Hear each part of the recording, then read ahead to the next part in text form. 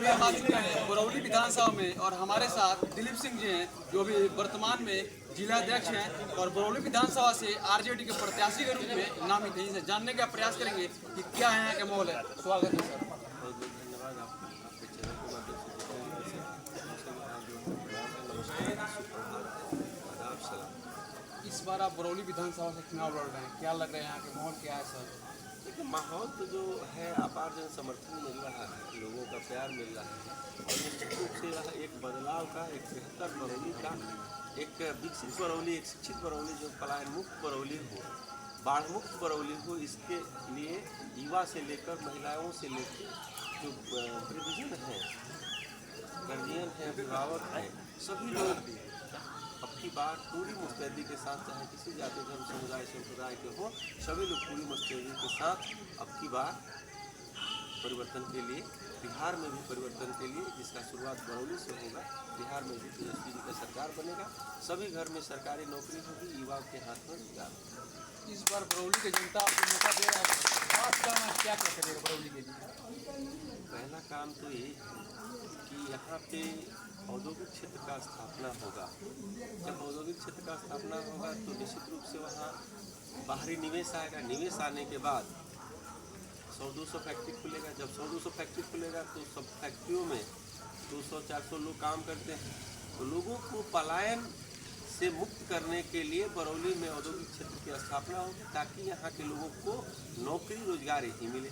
दूसरा, यहाँ पे जो बाढ़ का हमेशा समस्या बना रहता है, बांध का पक्कीकरण होगा, सरफरा से लेकर गौसिया तक, जो बरौली विधानसभा क्षेत्र में पड़ता है, बांध की स्थिति बहुत जर्जर है और हमेशा जैसे बरसात शुरू होता है डर लगा रहता है कि कब बांध टूट जाएगा और फसल बर्बाद हो जाएगा, जान माल की क्षति हो जाएगी। तो लोग जो सशंकित रहते हैं, बांध का पक्कीकरण होने से लोग सशंकित नहीं रहेंगे, लोग इत्मीनान से अपना जीवन यापन कर सकेंगे। तीसरा काम, यहाँ पे जो स्वास्थ्य की सुविधाएं हैं बरौली में जो अस्पताल नया बिल्डिंग बना है, वो हमारे नेता तेजस्वी यादव जी जब मुख्यमंत्री थे, स्वास्थ्य मंत्री थे, उन्हीं के का देन है कि यहाँ पे बना हुआ है।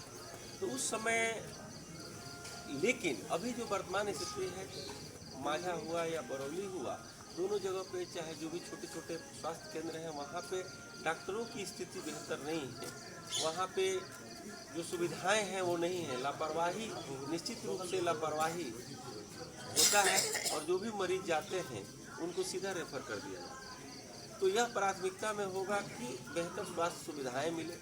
बरौली में डिग्री कॉलेज की स्थापना होगी, पॉलिटेक्निक कॉलेज खुलेगा, इंजीनियरिंग कॉलेज खुलेगा, ताकि यहाँ के बच्चों को बाहर जाने की लगभग ज़रूरत ना पड़े, इसकी व्यवस्थाएं की जाएंगी।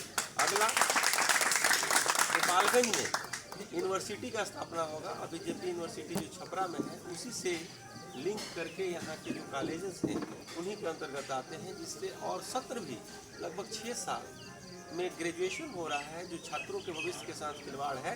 तो हमारी सरकार आएगी, हमको मुख्य जनसेवक बनाएंगे, तो पहला यही प्राथमिकता में होगा कि यहाँ पे यूनिवर्सिटी की स्थापना हो, ताकि यहाँ के जो युवा हैं, छात्र छात्राएं हैं, उनको पढ़ने लिखने में दिक्कत न हो। आप गोपाल के बहुत बड़ा बिजनेसमैन है, लोग जैसे बता रहे हैं, राजनीति में आने का क्या मालूम है सर?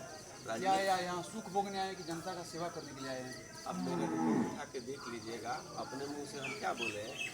लोग आते हैं राजनीति करने प्रोफेशनली, हमारा सेवा भाव है। और आपके चैनल के माध्यम से ये भी बता दें कि राजनीति में आने का उद्देश्य सिर्फ और सिर्फ एक ही है कि बहुत ऐसे काम हैं जो काम को हम अपने निजी मद से नहीं कर सकते हैं।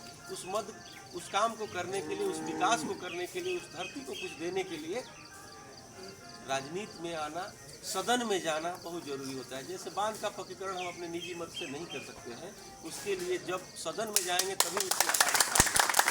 बरौली में आपकी लड़ाई किससे है, या बरौली की जनता से, या बहुत सारे उम्मीदवार है उनसे?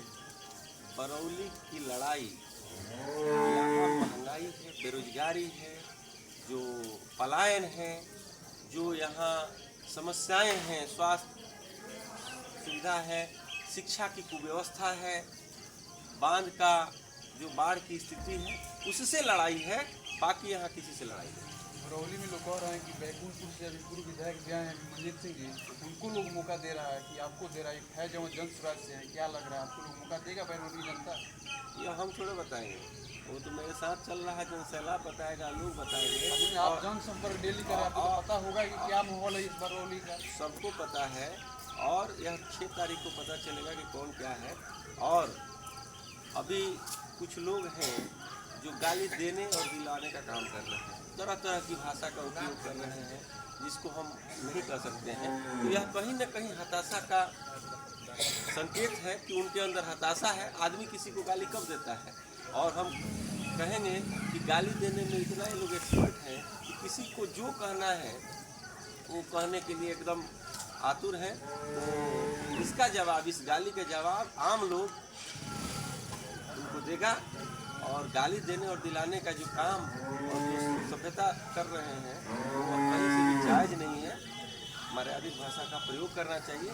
और आदमी जब गाली गलौज पर उतरता है तो समझ लीजिए कोई भी व्यक्ति किसी भी क्षेत्र में गाली गलौज पर उतरता है तो कहीं न कहीं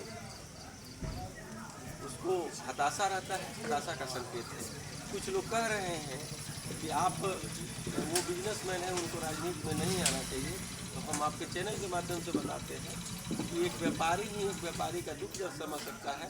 और बेहतर संबंध आम लोग से रखने का अगर किसी के पास हुनर होता है और कला होता है और एक प्रेम होता है तो वो होता है एक व्यापारी वर्ग में। हम व्यापारी वर्ग भी हैं, व्यवसाय है। हम व्यापारी वर्ग को प्रताड़ना को जानते हैं, कैसे लोग व्यापारी वर्ग का प्रताड़ना करते हैं। तो इससे भी निजात मिलेगा। कुछ लोग ऐसे हैं जो व्यापारी वर्ग को प्रताड़ित करने का काम करते हैं, वो किसी भी सूरत में हम बोलेंगे। बरौली की जनता आप इस बार मौका देगा तो जात का राजनीति करिएगा या फिर जात का राजनीति करिएगा? हमारे नेता भी कभी जात का बात नहीं करते हैं, हम लोग भी कभी जात का बात नहीं करते हैं। अभी अस्पताल हम जो बनवाए हैं, आप वहाँ पे जाके आज आपसे आग्रह है कि आज चले जाइएगा वहाँ पे और वहाँ पूछ लीजिएगा कहाँ से लोग आते हैं, कौन कौन जाति के लोग आते हैं। और गेट पे पूछ लीजिएगा, चाहे जो रिसेप्शन काउंटर है वहाँ पे पूछ लीजिएगा कि यहाँ जाति के किसी का इलाज होता है, किसी का सेवा होता है या क्षेत्र पूछ के होता है। देखिए सेवा भाव अलग है। आप चले जाइएगा देवघर श्रावणी मेला जब लगता है सावन में, तो 1.25 महीने तक हमारा वहाँ पे फ्री खाने का, रहने का, सोने का, चाय नाश्ता, फल फ्रूट्स, दवाई, सारी सुविधाएं वहाँ पे उपलब्ध रहती हैं। तो आप बताइए कि वहाँ भी जाति पूछ के होता है तो क्या? और वो भी अगर राजनीति से कुछ लोग जोड़ के अगर देखते हैं तो क्या वहाँ भी हमको चुनाव लड़ना है कि वहाँ हम सेवा शिविर करते हैं? ये मेरी भावनाएं हैं, मेरी इच्छा है कि हमको अगर ऊपर वाले ने कुछ दिया है और जिस मिट्टी में जन्म लिए हैं, जहाँ आप बैठे हैं, इसी मिट्टी ने हमको जन्म दिया है, इसका एक कर्ज है हमारे ऊपर। अगर कर्ज नहीं रहता तो दूर के क्षेत्र में हम गोपालगंज में नहीं रहते, हम भी जाके दिल्ली, बम्बई, गुजरात में फैक्ट्री लगाते, ना कि गोपालगंज में। अभी आप देख रहे हैं क्या बोल रहे थे। और अभी बरौली विधानसभा क्षेत्र से बाबू गौर से सुनिएगा। हाँ, उनके लिए हम बात ये है कि बिहार में आजकल नौकरी छीनने का फैशन बन चुका है। आप तो जानते हैं कि 25 वर्षों से नीतीश जी जो है लगातार नौकरियां छीन रहे हैं। आप जानते होंगे कि स्वास्थ्य विभाग में हेल्थ प्रमोटर का नौकरी छीन लिया गया। आप जानते होंगे कि सांख्यिकी विभाग में स्टैटिस्टिक्स डिपार्टमेंट में लोगों का नौकरी छीन लिया गया। आप जानते हैं गेस्ट टीचर का नौकरी छीन लिया गया। शिक्षा विभाग में 6 साल 7 साल लोग पढ़ाते हैं, उनका नौकरी छीन ली जा रही है। नीतीश जी के राज में छीना गया। और आप जानते हैं पशुपालन विभाग में हेल्थ प्रमोटर का नौकरी छीन लिया गया। आप जानते हैं कि गाय भैंस का कान में एयर टैगिंग करने का जो काम करते हैं उनका नौकरी छीन लिया गया।